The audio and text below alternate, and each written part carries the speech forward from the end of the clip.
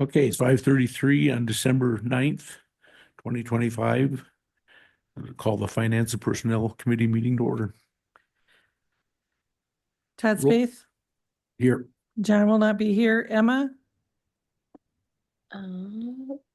Here. Todd Kirking, Here. and Tanya will not be here, but we do have a quorum. Okay, first period for public comment. Anybody online wants to make a public comment, they can unmute and do so at this time. Okay. Item number 3, approval of committee minutes from 11/25/2025. This is Todd. I'll approve it with the minutes for 11/25/25. This is Emma. I'll second the motion. Okay, all in favor? Aye. Okay, agenda item number 4, payment of the bills. Lord. Okay, just letting you know, we're paying the remainder of the dog licenses for the year because we'll be starting to do 2026 ones when the tax bills go out. So we're taking care of that with the county.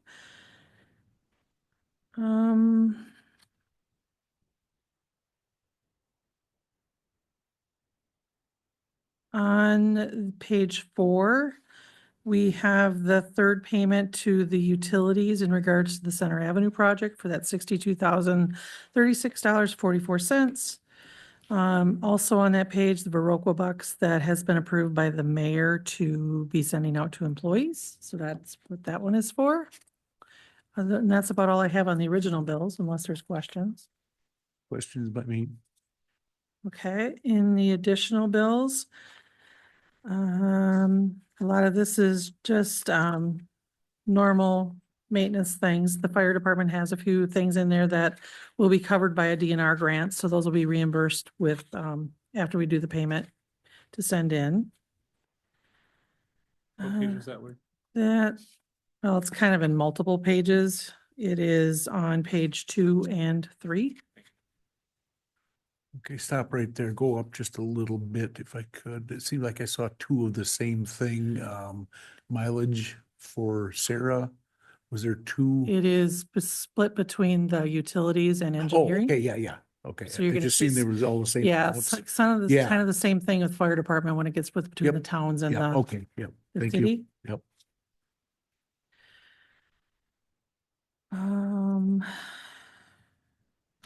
Then on page 6, you're gonna see in December here is when a lot of our capital expenditure loans come due at the banks. The 2025 and 2026 capital expenditures, this is being paid off this year. The 2026 capital expenditures was split with TID 4 and TID 6. However, through those years, the TIDs have already paid their portions off. And so all of the 2016 is being paid through the city general fund. 2015's capital still has some TID 4 and TID 6 payments with that, but those 2 loans will be paid off. We also have the 2022 capital expenditure payments to citizens and the 2017 payment to Royal Bank. So those expenditures, the principal and interest are getting paid out that are coming due here the end of the year.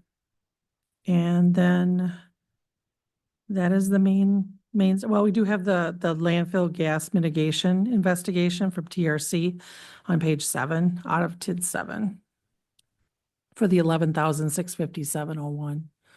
So those are just pointing out some of the bigger ones for you, unless you have some more questions. Okay. Thank you, Lori. Okay, just a motion to pay the bills then. I'll make a motion to pay the bills. Todd, I'll second it. Sorry. Okay, agenda item number 5, review of I'm 2025. gonna take a Oh, yeah, we Roll gotta call. have a roll call for that. That's right. Emma, Aye. Todd Kirking, Aye. and Todd Spaeth. Aye. Okay, now review of the 2025 third quarter financials and the end of the year forecast.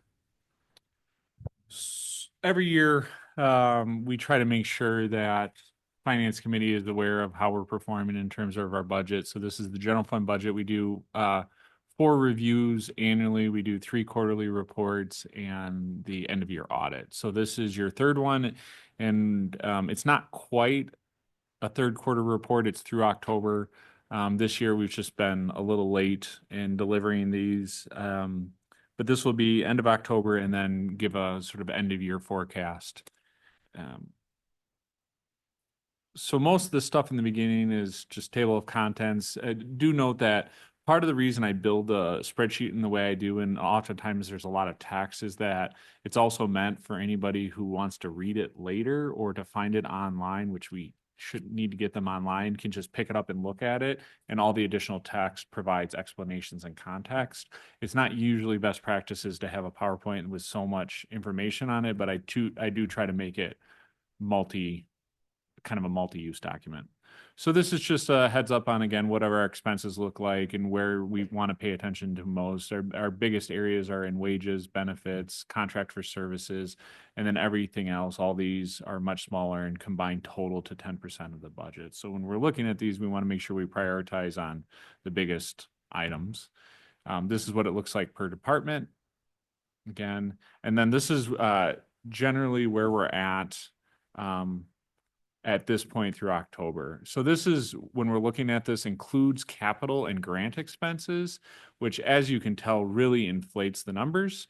So on this next line, and you can see the biggest ones are grant expenses, and this was like a second payment to the North Point project. And then up here was, part of the big expenditures going off for the fire station, right? And when you have those in there, we don't budget for those expenses. We kind of treat it as you have your operating budget and then you have your capital budget. So if we were to put those in every year, it would really inflate things. So instead, when I show you guys these financials, I include the capital and the grant expenses, so you can see more of how are we performing for our budgeted items versus the budget. Okay, so right now we're at 84% of the budget expended through, and again, this is through October, and October through December is essentially 83.33% of the year expended. So just using that as a benchmark, if we're around that 83% mark, that's one indicator that we're on target.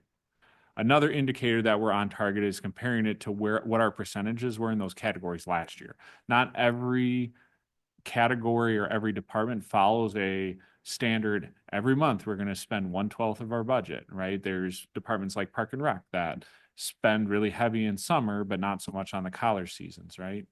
And there's some of these categories like miscellaneous insurance that we pay our premiums pretty much all up front and then they're done for the year. So that's why it's always important to have those two indicators: is what is the percentage and what is it compared to what the previous year did.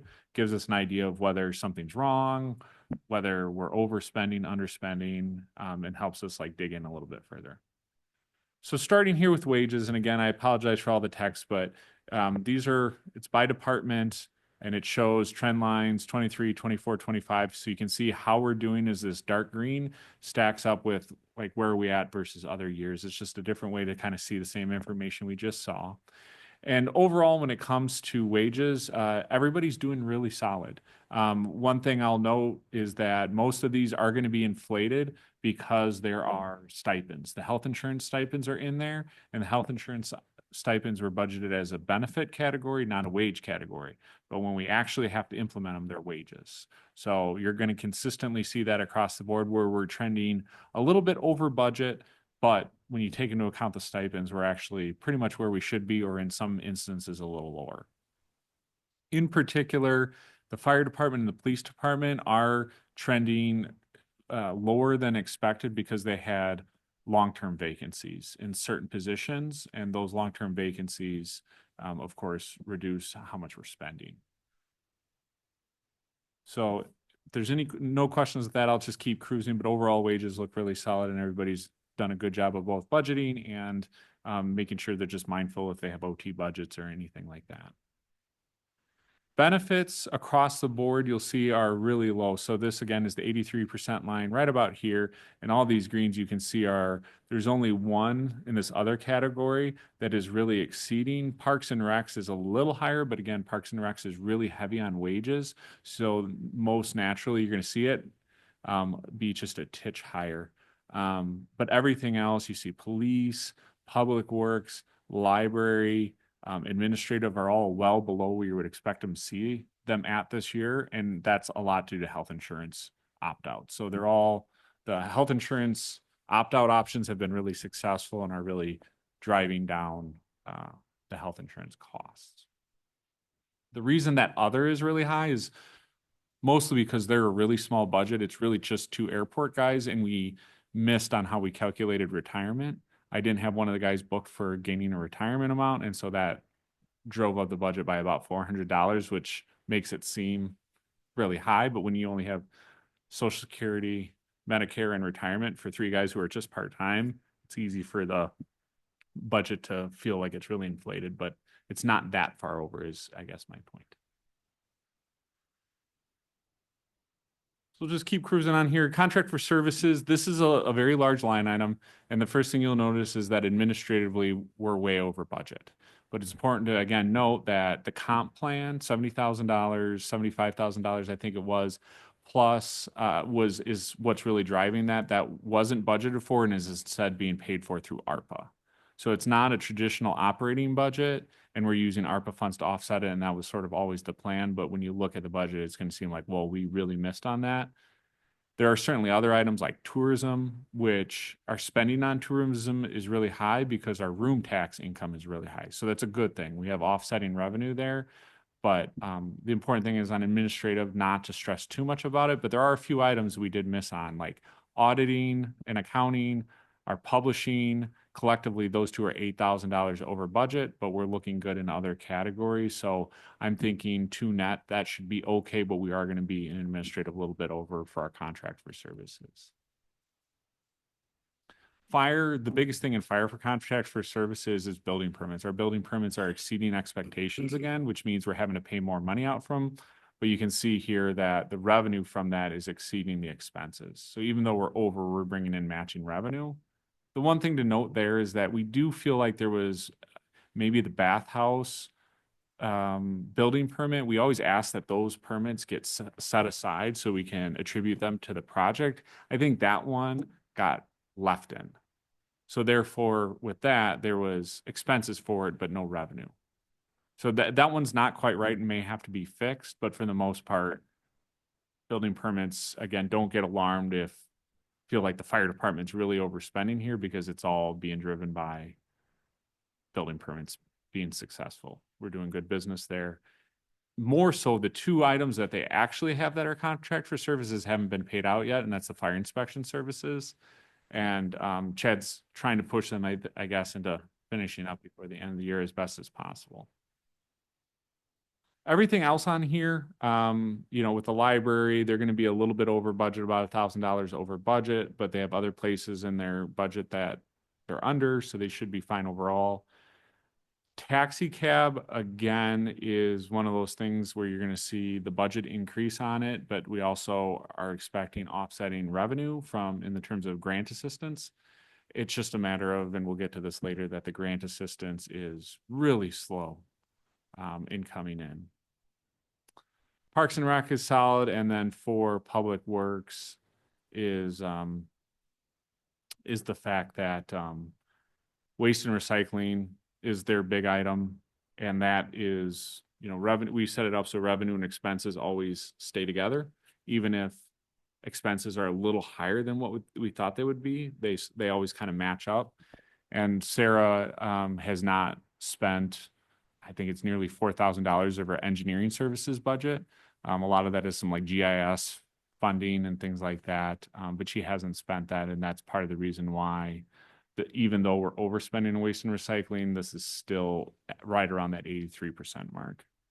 So again, I don't have any concerns over contract for services except for some of these things, like our auditors seem like they get us every time with all the major projects that we're doing. There's a lot of single audits and special audits, and it doesn't seem to ever end. And then publishing, we're just doing so much at the city that we have to, when we publish it all, we're just getting kind of. Because our meetings are so long. I'm doing my best, Lori. But anyway, any questions, and again, please stop me. I'm just trying to flow through this, and if you have questions along the way, let me know. Fuel and utilities, this is an area that is just really glowing this year. In talking with every department head, utilities, you'll see that these dark green bars are all, for the most part, below the 80% line, with the exception of Park and Rec, which is kind of right at where the budget trend would be. Police is a little above, and that's due to their fuel, which when we came to budget, we knew that their fuel budget was low, and that's why we increased it going into 2026. So that's the main driver there. But you can see Public Works is way down because they've had a ton of success with their diesel tank. And then here, the utilities for the airport are looking sharp. Libraries, utility costs are way down. The fire department, this is especially interesting considering that, again, we were doing a lot of estimating, trying to see like, okay, the new fire station plus carrying the old fire station, what are the utilities going to be for that? And the fact that we're still looking pretty good there is promising, as well as City Hall. So overall, I think what this may be is in 2023, we got pretty burnt on almost every department going over utility costs. So everybody, as a reaction, increased their utility budget and then has started adding a 3% inflation every year. And I just think maybe in some ways we got a little too far out in front of that, but it's really hard to gauge, especially when it comes to natural gas use. That's one of the concerns I would say is we're doing okay now, but it's been a cold December so far. And it just depends what the rates are for MG&E. Questions on that? Okay. This one's a big one. This is kind of your catch-all for any repair, maintenance, equipment, or supplies that any department needs. You'll see administration is way, way up there. And the reason for that is our number of GLs that actually fall into that category is really small, right? So it's literally at City Hall, I think maybe we have $5,000 budgeted for, well, maybe a little bit more than that. But because you see there, the computer budget was only $2,700, but we identified early in the year that we're going to need some equipment. And so the city council allocated $10,000 of ARPA funds to help cover that. And that was not only just for City Hall, but it was for like the police department. I think maybe fire and Public Works got a little bit of that as well. So that's why that line seems so high, is because we blew over the budget, but that overage is covered by ARPA funds. Very similar to what we did with the comp plan consultants, okay? And then for everybody else, you'll notice that it's low. Like fire is really low, Public Works is really low, Parks and Rec is, again, about where it should be. Other is really low, and part of that is for the ones that are really low is because there's still expenses to come out at the end of the year. Sarah noted to me, and you can see there at the bottom there, that she's about to make a $23,000 salt purchase. We are going to talk later tonight about $71,000 of that budget going into a non-lapsing fund so she can leverage it for some expenses next year. And then they're probably going to buy some additional snow equipment, just things like that are still going to come out in December, and sort of a little bit of the same thing with fire. In other, the airport is essentially spending all but $2,000 of their budget to help pay for a local share of a new radar, a piece of radar weather equipment, just things like that. So it's not going to end up this rosy, but we're still going to have significant savings across most departments when it comes to equipment and supplies. The only exception being in the police department, where again, during budget, we noted that there was some, they were just under budget on things that they had to have. And in the 2026 budget, we got that corrected. And that's why they're over right now. Any questions there?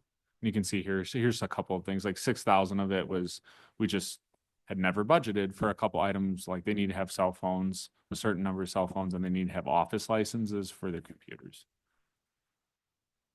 Okay. Moving on. This is sort of the catch-all, just because I didn't feel like making 3 spreadsheets to go over each one of these. Other insurance and training. On the administrative side, we're going to be right at that 100%. And I think the reason we're going to stay under that is we just haven't had a high use of training and travel. somewhat consistent across a couple of the other departments. You'll see that under fire, you'll see that a little under public works as well, as we just didn't have time. You know, like, we've been really busy, and so sending people out for trainings has been a challenge. Other departments like library, police are doing a better job of making sure they get their people out to trainings. I will note that under the police, it is over, but their training budget includes reimbursement from a state agency for some of that. But we, again, similar to what we talked about with that other category for the police, there was some just under budgeting that was happening with that has since been then corrected in the 2026 budget. So overall, I mean, again, this category is looking pretty decent, and you're going to see, I think, resulting in low spending overall. So here's your totals for all departments through October. Again, admin budget is really inflated and appears at 100% because you have some pretty large items. You have roughly $80,000 of expenses in there that are being covered by ARPA, which is really driving that line up to feeling like, oh, you got 2 months less and you're out of your budget. Well, that's not true, right? Fire, you see, is well below that 80%. Public works as well, you see, is well below that 80%. And that's really driven highly by just their inability to have the time to really make sure they're spending their equipment, their supplies, and their materials money. You know, Chad was low on a staff person and had the fire station project, right? And he kind of noted in here that it's hard to make sure I'm ordering bunker gear, the right bunker gear, or radios, or whatever it may be if I don't have time to attend to that. And Sarah was the same way, right? Sarah had 4 major projects this year, 2 of which sort of landed on her. I mean, certainly the landfill was a surprise, and she's been spending a ton of time on that. Hanson Farm's been a big lift for her as well. And on top of that, Center Avenue and the salt shed. And so it's, again, I think part of what we're trying to do is that money is needed. It's just, we also don't want to just spend it without thinking about what we're spending it on properly and taking the due diligence to do that.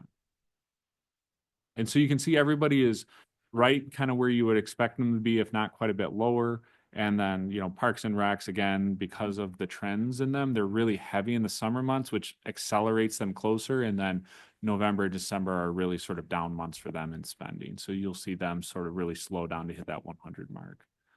So again, overall, their expenses are, it's one of the few years where I would say it's too bad we didn't have more time to spend money on the things that we needed.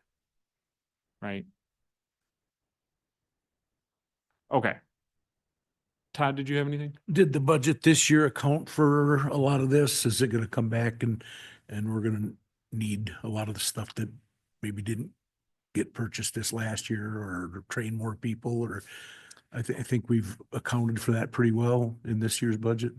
Well, and we're going through that process right now about what to do with that situation. So certainly later tonight, you'll hear Sarah talk about creating Yeah. a non-lapsing Yeah. fund, about taking money that she didn't spend and trying to like make sure she doesn't use it so she can leverage it for a resurfacing project or whatever need she may have as per the capital improvement plan that is still in draft form.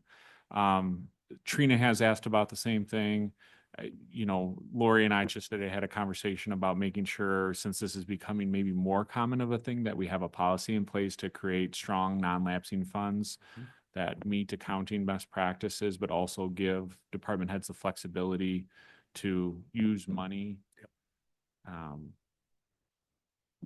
don't want to say in more creative ways, but when they're able to get to it, especially we're in a year this year where, again, the fire station plus the staff person leaving in September and the landfill cropping up. It's just like sometimes things come up where you're just like, I wish I could have spent more time working on, I don't know, some street resurfacing project, but I just didn't get to that this year because of trying to deal with methane gas. So we'll look into that, Todd, but the budget this year does in some ways, like, Yeah. if we were maybe really high, like for fuel costs, for instance, with Sarah, I do know that she decreased her fuel cost budget because she's understanding now just how many savings that diesel fuel tank is creating for her. And so that has been reflected in the budget. And so everybody tries to learn with like How is this year going and how do I need to change my budget next year, either up or down? Todd, you got anything? Oh, it looked like you were leaning in. Emma, any questions thus far? No, I don't have any questions. So I'm gonna, if it's okay with you folks, I'm gonna move on just to revenue. Again, here's what revenue looks like in terms of categories. Bulk is taxes and special assessments. This is where your property taxes are.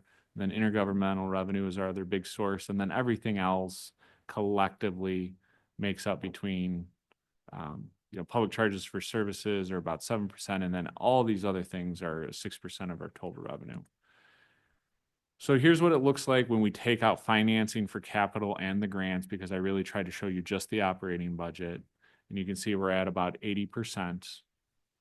And so again, this is compared to last year where we're at 85% is a little bit lower, but we'll kind of talk through a little bit about why this is. So under taxes and assessments, you see general property taxes is right where we had expected to be. We collected all of our taxes. We're here a little bit over Lori, and I can't remember exactly what we talked about on that. Maybe you can help me. Some of that stuff is like special assessments that are gotten dumped into there, or there's some, it's from back from 2 different years. So it's kind of a true up if there's something that might have come from a previous year and it gets dumped in that account. And then room tax, you can see here we're already past budget in terms of room tax we collected. We probably will receive our fourth quarter room tax in early January, late February, and then we'll journal entry it back. But again, room tax is performing in a very strong fashion, again, which is why you see so much more money going out in the form of tourism. Sales tax is always zeroed out by the end of the year, right? And everything else is fairly minor things that we just don't even really budget for because we can't predict them. And again, small special assessments for $200 is not something we're why that's still in there, I don't know. That must be a holdover for something. But either way, taxes and assessments are looking sharp. Intergovernmental revenue, there's a heck of a lot here, and I'll just try to pick at the first one. Number one, and I brought this up every time, is the miss on intergovernmental revenue. This is the tax equivalency we get from the utility. Again, this is still forecasted to be $40,000 under budget, which is a miss, has been corrected in the 2026 budget. And again, this is due to the fact that the assessment ratio on the utilities has dropped, causing their property value to drop, which means they don't owe us as much in taxes because it is a tax equivalency payment. Shared revenue shows up in November. So if you're wondering like, oh, we're missing, $1.1 million. Well, every year you can see, don't be concerned. It always is at that level through October. And then in November it hits and I'm assuming we got our second payment of shared revenue. We have. Yeah. Fire agreement rent. There was some, I guess, lack of clarity here with the fire agreement rent, but the townships do understand that they owe it to us this year. 2 out of 3 of them have paid already. They didn't come in until after October, and the other one will pay us here shortly. And then mass transit, it's one of, I think, the biggest gripes that Lori and I have. This is for the feds and the state to provide us a grant to help with the shared ride taxi service. And as Lori helped note here is that they just finally got around to actually finalizing the contracts for this year, which means they're just way behind on actually giving us our reimbursement money. So they haven't even begun processing the quarterly reports that Lori hands in, which is what they use to give us our reimbursement. So that's why when you look at this mass transit system, it's only at 54%. It's because, unfortunately, it is not a very punctual grant program. Right. We've received their state funding, but the federal, we have received nothing so far for this year. Okay, so it is just the federal then. Yeah. But as you can see, everything else is 100%, darn near 100%. This was a minor mistake in terms of, I think they sent us a number and then they changed it, but it's a matter of what, $250. This is the intergovernmental revenues, the tax equivalency where we missed. Fire insurance is solid. Cross county is solid. I think there was a little bit of a mix up here between this and another one of the library's revenues, but they sort of equal out with each other. So again, except for this and the mass transit just being slow, intergovernmental revenue is solid and as expected. Here's our licenses, fines, forfeitures, permits, things like that. And you can see alcohol licenses exceeded, building permits well exceeded, but is really going to be offset for the most part by we're going to have to pay GEC for that amount. So it's not like a big windfall for us. You know, we're a little under when it comes to miscellaneous licenses. I think sometimes people just forget that they have to, it's just so minor, like paying us for cigarette machines or some things like that. Or maybe some of these items are just going by the wayside and people don't have them anymore. But it's a minor miss thus far. Lori, were you going to say something? And then everything else you can see, both the library and the police department are sort of exceeding expectations when it comes to fine and penalties. Again, this isn't anything that we actively try to increase, but when people, you know, it is to hold people accountable for the expectations. And so library fines and penalties are certainly well above, as well as, you know, Rick noted here that parking violations, you know, assume there's another 500 already in November and likely maybe another $200 through December when we're dealing, a lot of it is the snow events and things like that. So that's going well. And that's why, especially with something like the library, when they're a little over budget when it comes to contract for services by $1,000, well, they certainly brought in enough revenue to offset that. So again, that's a solid area. Public charges for services. Airport fuel income is always something where we're really going to have to, we always under budget for that, but that's a checking account, so we don't try to get too particular about it. Airport income is low because the biggest amount is the agriculture leases, the ag leases, which come in November. And so I did confirm with Joy that all those showed up already. So that's good. And you can see when you match it up year to year, it's exactly as expected. Municipal court's a little low, but well, it should maybe actually end up where we expect it to. Kale, I talked to Kale's like, man, what did you do in the parks and with your recreation where you just blew by your budget this year? And I think the parks are just really hopping. I think he's done a good job on advertising the shelter rentals, which is the bulk of what this park's income is. And on the recreation side, I think they were just really, you know, it sounds like they were just really successful with gaining sponsorships and hitting their sponsorship goals and really pushed them up over their expectations by about $5,000. So kudos to Kale for his work in making sure the Parks Department is bringing in that revenue. And then the solid waste surcharge here, again, is trending above that 83%, but you saw the expenses were up higher too. And so again, those two things sort of are gonna, the goal there is to always try to equal them out. Special Police Services is a really volatile program. I do have, I did ask for the chief and the dispatch to take a look at that. It's really sort of an opaque system to try to understand, but if you guys would like, they're still working on that, and that was out today, and we can follow up at a later date if you'd like more information on whether the Special Police Services are gonna land. But at the moment, it seems like it might get close to budget. It's just hard to tell because they also take the expenses out of that revenue line to I believe it's the DOT. So it just is a challenge. But overall, this category of public charges for services is doing very well. Might be a little low, but it's always a little bit more volatile. And then here's all your other revenue type, township, other and salary share. This is what we get from the townships for their buy-in into the fire department. And as I noted here, even though they're a little bit below the trend, there's about $6,300 outstanding balance at the end of October. And then in addition to that, we only charge them for the firefighters' time they use or the equipment we buy for them. It's not like a flat rate. So you'll also notice that if we went back and looked at the expenses charged to the townships is also lower, right? And so it's in that rate, it's good that this is also one where we try to match up. The only area where the townships pay a flat amount is for the salaried employees, which is Chad and was Daisy, right? So that's also part of the reason the salary share is going to be lower this year, is because we stopped obviously charging them for, you know, the admin assistance portion of salary starting when she left. So. All right. And then you'll note here that our investment interest is really strong. This will start to taper off as it's been moved to, instead of pooled local investment pool, it's actually now in that investment market. And so the dividends for that is sitting out there.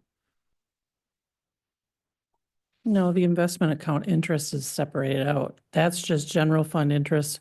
Oh, I'm sorry. You're right. That's ahead. totally separate. Okay. And then you have your investment and account interest down here. Thank you. So again, we didn't budget for that at the beginning of the year. It's something that we really started picking up recently. And I think we increased it a little bit next year, but the majority of that money is coming from debt proceeds that we've issued and we just haven't spent yet.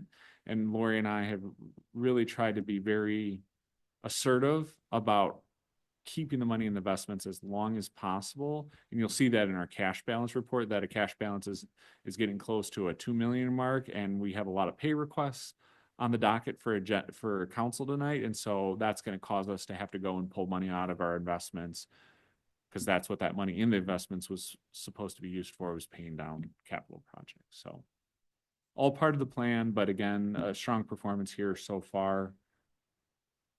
Don't know if anybody has any questions on that, but we'll keep on moving. And then when you look at, again, what I just talked about, here's your cash investments. You can see that depending on the year, we're sometimes sitting on a lot more cash. In 2024, we had a lot because we were sitting on like the North Point money. And since that point, we've learned like, let's get that invested in a more aggressive investment strategy to earn ourselves some more dollars. And so that's why you see in October here, our cash amount is getting fairly low, because we have over $3 million, $3.3 million in our different investment accounts with Ellers.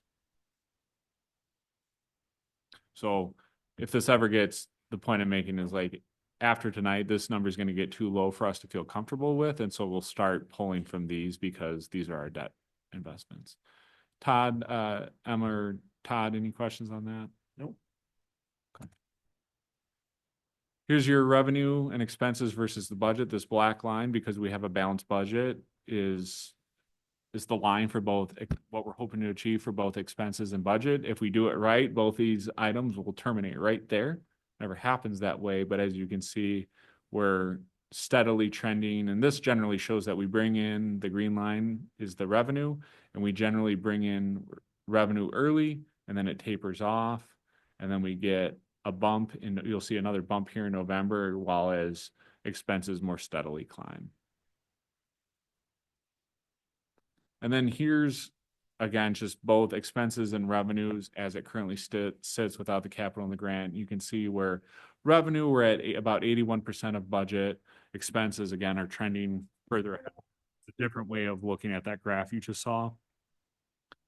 But again, we're feeling pretty good about where we're at right now. And here's the key takeaways. On the revenue side, this is just a summary. Like, the big miss this year was on that tax equivalency number, but it's really offset in some ways by that investment and interest revenue doing so well. The taxi cab grant is a pain, but we feel like we're going to be made whole eventually. It just may not happen in this fiscal year. And then all of the revenues are arriving as expected and should finish at or better than budget. Again, some of those are like waste and recycling and building permits and room tax are all, well exceeding, but on the downside, we also have to pay out more expenses with those. But again, I think overall revenues, except for this glaring issue, are doing really well. And then on the expense side, wages and benefits collectively are great. There's a couple areas, again, where those staff vacancies are causing the numbers to be really low. But between those staff vacancies and the success from the opt-out agreements, collectively wages and benefits are going to be below budget. And some of that depends on OT budget. So like right now, we're expecting, the Public Works Department to have more OT use. The police department, we're trying to avoid OT use as much as possible. And through a conversation we had at Public Safety, I think it was last week, but nonetheless, there's going to be some of that. Also, the police department has their holiday pay coming up, which always like jumps the budget up. So, but again, it's really promising, especially on the benefit side. Contractual, again, we just got done talking about it. Seems really high, but there's ARPA funds being used. And again, even if those contractuals are higher, I just got done talking about there's going to be revenue that's offsetting them for these three items. Fuel and utilities are really, again, a bright spot because utility costs are just down and we're having success with fuel overall. And everything else that's like supplies, materials, equipment, training, those are all low just because in a lot of departments, we didn't have time to get to them. So like the long story short is that this year, the financial outlook through October is really positive and the end of year forecast is looking really, really great. And again, it's almost to the point where it's like, man, I wish we would have had more time to get at some of these projects. And that's why the budget's doing so well. So it's not necessarily something we want to achieve every year, but if we are going to miss, it's nice to miss in the right direction. So any questions on that? I know I threw a lot at you and I wasn't able to get this presentation to you ahead of time. I do apologize for that. The department heads had done a wonderful job of meeting with me in the last 2 days to really help fill this out and make sure it was accurate. So I do feel confident about the fact that this is an accurate document. But if you guys have any questions, we do have a couple minutes if you'd like to go back and talk through anything. I just thank the department heads for their hard work and able to keep things at or under budget. Great, thanks, Todd. Emma, Todd, did you guys have anything? Emma looks like she's out. Okay, if that's the case, we can sort of cruise on. All right, item number 6, second period for public comment.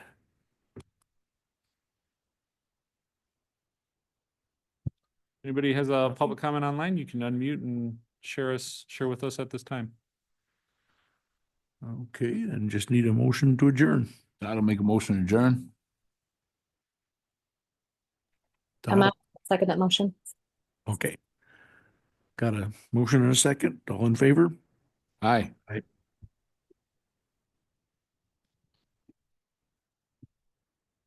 think we're adjourned, right? Did you vote? Yeah. All right, thanks, everybody. We're adjourned.